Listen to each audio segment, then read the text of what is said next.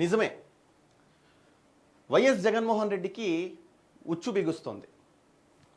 కర్ణుడి చావుకి 100 శాపాలు కలిసి వచ్చినట్టు జగన్మోహన్ రెడ్డి అరెస్టుకు 100 కేసులు కలిసి వస్తున్నట్టు అనిపిస్తుంది మనకు. ఏ కేసు మీదైనా జగన్మోహన్ రెడ్డి లోపల వెళ్ళిపోవచ్చు. ఎందుకంటే ప్రస్తుతం ఆయన ఉన్న బెయిలును రద్దు చేయండి అని జగన్మోహన్ రెడ్డికి కోర్టు ఆర్డర్ ఇచ్చినా, అదేవిధంగా పోలీసులకు ఒకవేళ బెయిల్ క్యాన్సిల్ చేయండి అని చెప్పినా లోపలికి వెళ్ళిపోతారు. అరెస్ట్ చేయండి ఫలానా కేసు మీద అని చెప్పినా జగన్మోహన్ రెడ్డి లోపలికి వెళ్ళిపోతారు. నిన్న మనం చూసాం జత్వానీ కేసు ఆల్మోస్ట్ కొలిక్కొచ్చింది.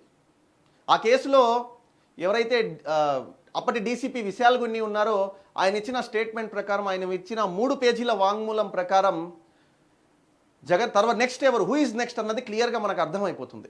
అంటే తాడేపల్లి ప్యాలెస్ నుంచి వాళ్ళకు డైరెక్షన్స్ వచ్చాయి. అది జగన్మోహన్ రెడ్డి సజ్జలానా, సజ్జలా ఉన్నా జగన్మోహన్ రెడ్డికి తెలియకుండా ఏమన్నా జరుగుతుందా అన్నది.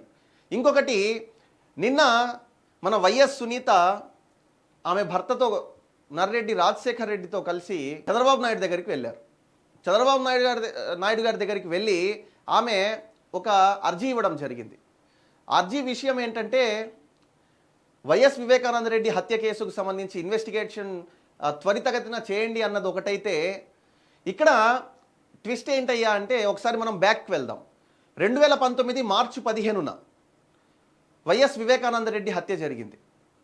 మరి వైఎస్ వివేకానంద రెడ్డి హత్య జరిగిన రోజు ముందుగా స్పందించింది మన ఎవరైతే విజయసాయి రెడ్డి ఉన్నారో ఆయన స్పందించారు. ఆయన ఏం చెప్పారంటే గుండెపోటు అన్నారు ముందు, ఆ తర్వాత రక్తపు వాంతులు అన్నారు, ఆ తర్వాత వెంటనే జగన్మోహన్ రెడ్డి రంగప్రవేశం చేసి నారాసుర రక్త చరిత్ర అన్నారు.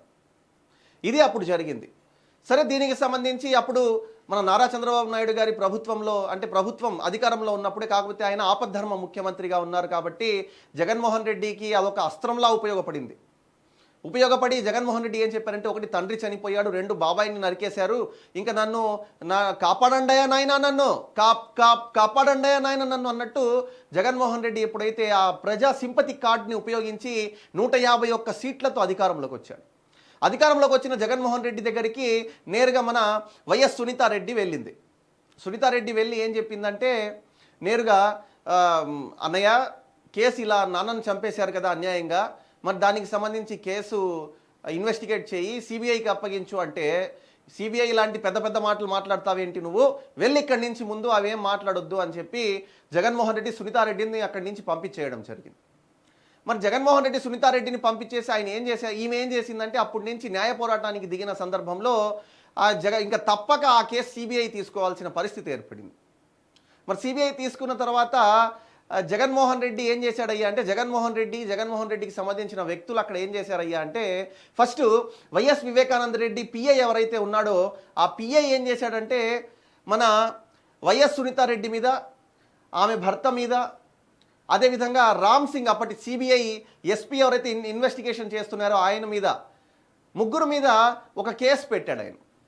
ఎవరు? YS Vivekananda Reddy PA. ఏమని?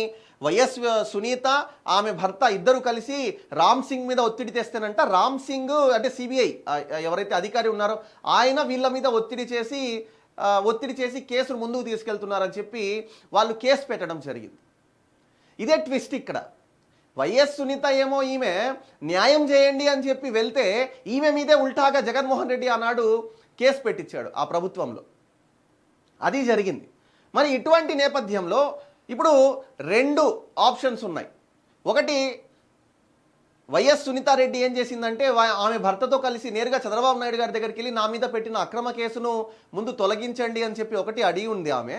రెండవది, నాన్న కేసు త్వరితగతిన ఇన్వెస్టిగేట్ చేసి దాన్ని ఒక కొలిక్కి తీసుకురండి, నిజమైన దోషులను పట్టుకోండి, నాకు వైఎస్ఆర్సీపీ ప్రభుత్వంలో న్యాయం జరగలేదు, న్యాయం జరగకపోగా నా మీదే అన్యాయంగా కేసు పెట్టారని చెప్పి ఆమె గగ్గోలు పెట్టింది.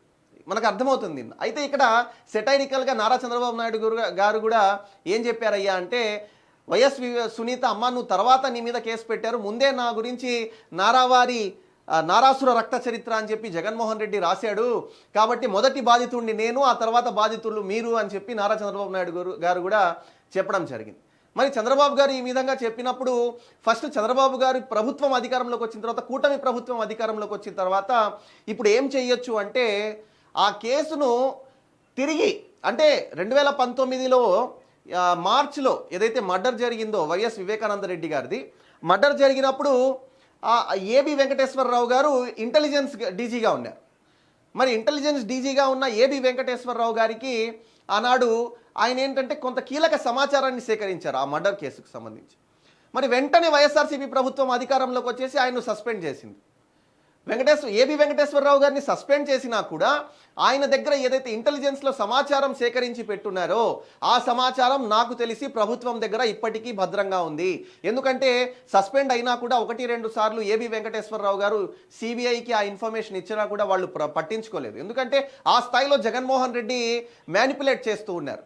కేంద్రంలో కూడా ఆయనకు 2019 నుంచి 24 వరకు మంచి 23 సీట్లు రావడంతో ఆయన ఆ స్థాయిలో అక్కడ మేనేజ్ చేస్తున్నారు. కాబట్టి ఆ కేసు ఎక్కడ వేసిన గొంగలి అక్కడే అన్నట్టు ముందుకు సాగల. కానీ ఇప్పుడు అలా కాదు. వైఎస్ సునీతారెడ్డి ఆమె భర్తతో కలిసి నేరుగా చంద్రబాబు గారి దగ్గరికి వెళ్ళి ఆమె ఎప్పుడైతే చెప్పిందో బాబు గారు కూడా ఆమెకు భరోసా ఇచ్చినట్టు కూడా మనకు అర్థమవుతుంది. అయితే దీనికి సంబంధించి ఇప్పుడు సిఐడి ఎంటర్ అయ్యే అవకాశం ఉంది. సిఐడి ఎంటర్ అయితే రాష్ట్ర ప్రభుత్వం ఎంటర్ అయితే ఏదైతే గతంలో అంటే మర్డర్ జరిగినప్పుడు తెలుగుదేశం ప్రభుత్వం హయాంలో అదే ఆపద్ధర్మ ముఖ్యమంత్రిగా చంద్రబాబు గారు ఉన్నారు కాబట్టి అప్పుడు ఏదైతే ఏబి వెంకటేశ్వరరావు గారు ఇంటెలిజెన్స్లో సేకరించిన ఇన్ఫర్మేషన్ తీసుకొని ఇప్పుడు ఇంట్రాగేట్ చేసి ఈ ఇన్ఫర్మేషన్ను పూర్తిగా సిబిఐకి ఇచ్చి ఈ కేసును ఒక కొలిక్కి తీసుకొచ్చి దోషులను పట్టించి క్లోజ్ చేసే పనిలో బాబు గారు నాకు తెలిసి ఆదేశాలు ఇస్తారన్నది ఇక్కడ క్లియర్గా మనకు అర్థమైపోతున్న విషయం. కాబట్టి త్వరలోనే వైఎస్ జగన్మోహన్ రెడ్డి అదేవిధంగా అవినాష్ రెడ్డి ఈ కేసుకు సంబంధించి ఎవరెవరైతే వెనక ఉన్నారో ఎవరెవరైతే ఈ కేసుకు సంబంధించి హోల్డ్ చేస్తూ వచ్చారో అందరూ కూడా ప్రతి ఒక్కరు కూడా త్వరలోనే ఇరుక్కోబోతున్నారన్నది ఇక్కడ మనకు క్లియర్గా అర్థమైపోతున్న విషయం.